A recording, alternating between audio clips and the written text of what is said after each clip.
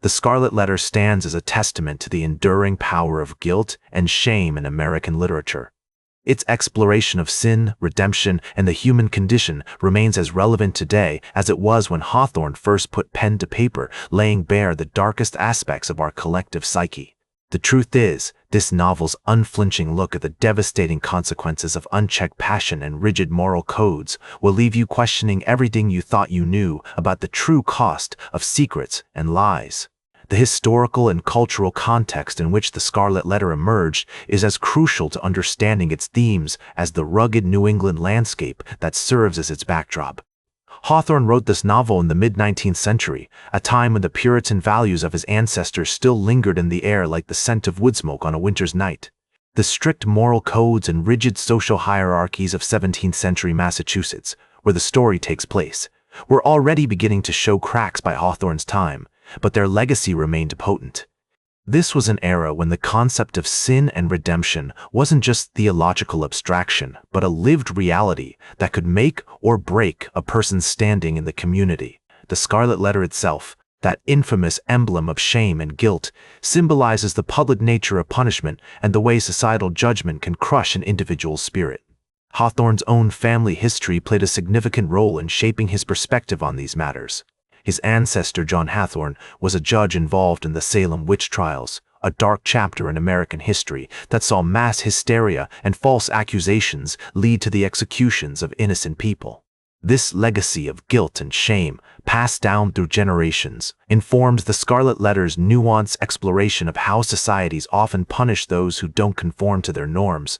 In terms of literary technique, Hawthorne employs a masterful use of symbolism, notably in the forest that serves as a backdrop for many pivotal scenes.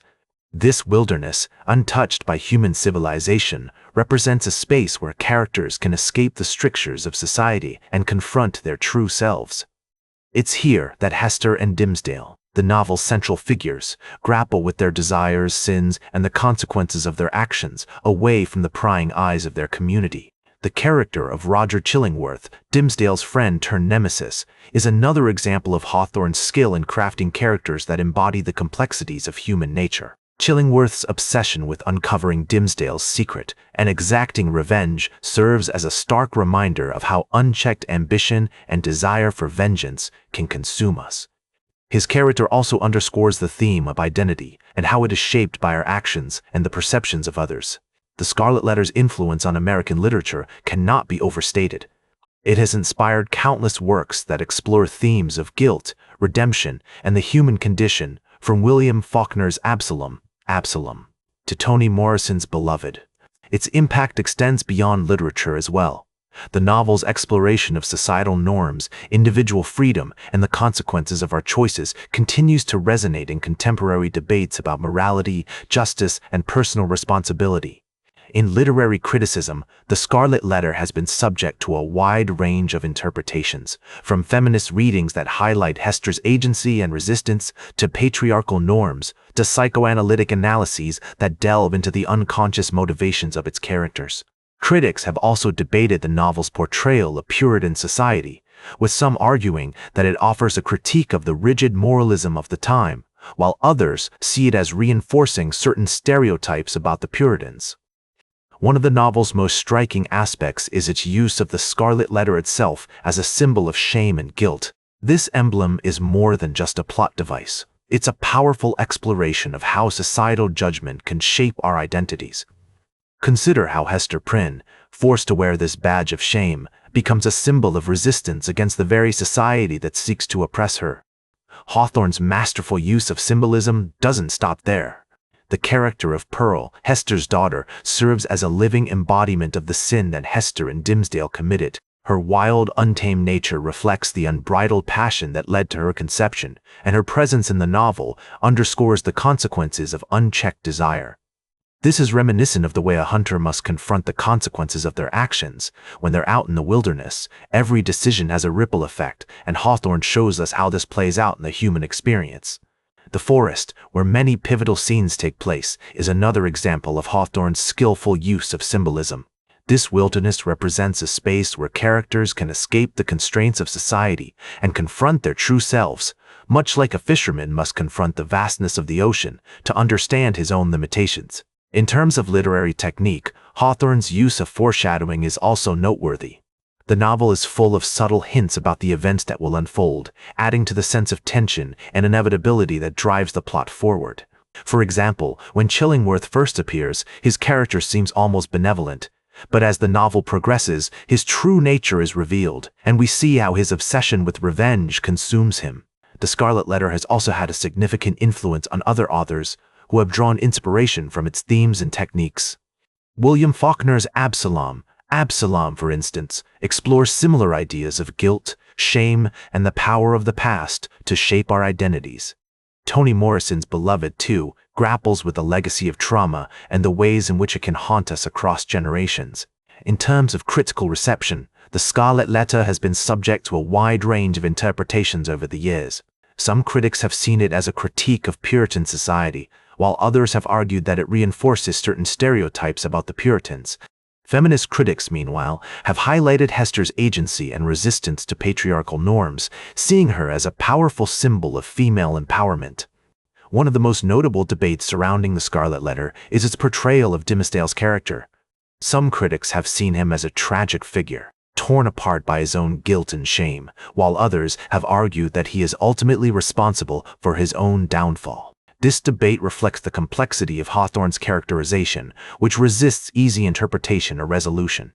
The novel's exploration of identity is also noteworthy, particularly in its portrayal of characters like Chillingworth and Dimmesdale. These characters are shaped by their actions and the perceptions of others, highlighting the ways in which our identities are always in flux, subject to the influences of those around us. This is a theme that continues to resonate today, as we navigate the complexities of social media and the ways in which our online personas can shape our real-world identities. The character of Dimmesdale's struggle with guilt and shame is a powerful example of how Hawthorne explores the human psyche. His inner turmoil, manifested in his physical suffering and emotional anguish, serves as a stark contrast to the outward appearance of piety he maintains as a minister. This dichotomy highlights the tension between public persona and private reality, a theme that resonates deeply with readers. Hawthorne's masterful use of symbolism is also evident in the character of the scaffold, where Dimmesdale ultimately reveals his secret to the community. The scaffold serves as a symbol of both shame and redemption, representing the public nature of sin and guilt, as well as the possibility of forgiveness and absolution. This dual significance underscores the complexity of Hawthorne's exploration of human nature, refusing to simplify the nuances of moral struggle. In terms of literary technique, Hawthorne's use of imagery and description is noteworthy, particularly in his portrayal of the natural world. The forest, with its dense foliage and twisted trees, serves as a backdrop for many pivotal scenes, representing the unknown, the primal, and the untamed aspects of human nature. This use of natural imagery adds depth and richness to the narrative, inviting readers to ponder the intersections between the human experience and the natural world. The influence of The Scarlet Letter can be seen in many other works of literature, including the novels of William Faulkner and Toni Morrison, who have drawn upon Hawthorne's exploration of guilt, shame, and the power of the past. Faulkner's Absalom, for example, grapples with similar themes of family secrets, moral ambiguity, and the haunting legacy of past actions. Similarly, Morrison's Beloved explores the traumatic consequences of historical events, highlighting the ways in which the past continues to shape our identities and inform our understanding of ourselves. The critical reception of The Scarlet Letter has been marked by a range of interpretations and debates, with some critics viewing it as a scathing critique of Puritan society, while others see it as a more nuanced exploration of human nature. Feminist critics have highlighted Hester's agency and resistance to patriarchal norms, while others have argued that her character reinforces certain stereotypes about women's roles in society. These debates reflect the complexity and richness of Hawthorne's work, inviting readers to engage with the text on multiple levels and to consider the various ways in which it continues to resonate with contemporary culture. Hawthorne's masterpiece continues to resonate with readers because it speaks to fundamental aspects of our shared humanity, reminding us that our darkest secrets and deepest flaws are also what make us capable of forgiveness, compassion, and transcendence. In the end, the Scarlet Letter stands as a testament to the transformative power of literature, inviting us to confront our own shadows and emerge into the light, scarred but stronger. Like this episode if it hit true. Share it if you respect honest talk about books. Subscribe because we'll do this again. This is Ernest, signing off.